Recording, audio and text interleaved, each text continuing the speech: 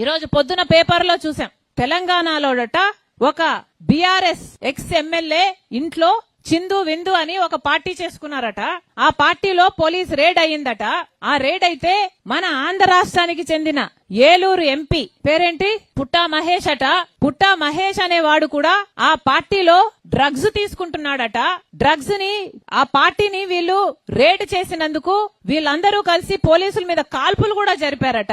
అయినా సరే పోలీసులు వీళ్ళందరినీ అరెస్ట్ చేసి డ్రగ్ టెస్ట్ చేపిస్తే ఈ పుట్టా మహేష్ అనే ఏలూరు ఎంపీ కొకేన్ పాజిటివ్ గా టెస్ట్ అయిందట. అంటే ఈయన డ్రగ్స్ తీసుకున్నట్టుగా పాజిటివ్ రిజల్ట్ వచ్చింది. ఎంత అన్యాయం అంటే, ఒక రాజ్యాంగబద్ధమైన ఒక ఎంపీ పోస్టులో ఉన్న ఒక ఎంపీ, పార్లమెంట్ జరుగుతుండగా పక్క ఢిల్లీలో పార్లమెంట్ జరుగుతుంది, ఒక ఎంపీ డ్రగ్స్ తీసుకుంటూ పట్టుబడ్డాడు. ఇది ఎంత సిగ్గుచేటు. ఒక కాన్స్టిట్యూషనల్ పోస్ట్ లో ఉన్న వ్యక్తి ఎంత ఇర్రెస్పాన్సిబుల్ గా డ్రగ్స్ తీసుకుంటూ పట్టుబడితే ఏ యాక్షన్ ఉండొద్దా?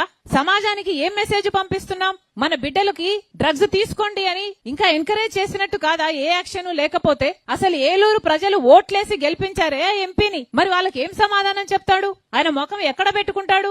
ఆలోచన చేసుకోవాల్సిన అవసరం ఉంది. ఈ ఎంపీని వెంటనే ఎంపీ పదవి నుంచి డిస్క్వాలిఫై చేయాలని కాంగ్రెస్ పార్టీ గట్టిగా డిమాండ్ చేస్తుంది.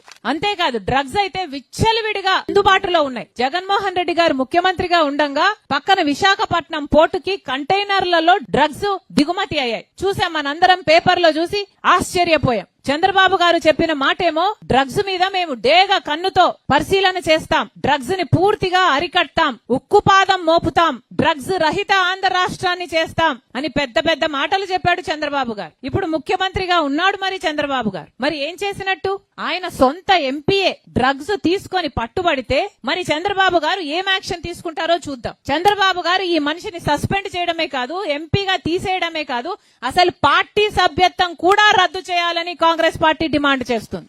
చంద్రబాబు గారిలో ఏ మాత్రం చిత్తశుద్ధి ఉన్నా ప్రజలకు ఒక ఎగ్జాంపుల్ సెట్ చేయాలి, లీడర్లకు ఒక ఎగ్జాంపుల్ సెట్ చేయాలి, యువతకు ఒక ఎగ్జాంపుల్ సెట్ చేయాలి అని ఏ మాత్రం చిత్తశుద్ధి ఉన్నా చంద్రబాబు గారు ఈ మనిషి చేత రాజీనామా చేయించాలి, ఆ పార్టీ నుంచి తీసేయాలని కాంగ్రెస్ పార్టీ డిమాండ్ చేస్తుంది. నాయకులు బాగుంటేనే ప్రజలు బాగుపడతారు. నాయకులు బాగలేకపోతే, వాళ్ళలో చిత్తశుద్ధి లేకపోతే ప్రజలు ఎప్పటికీ బాగుపడరు.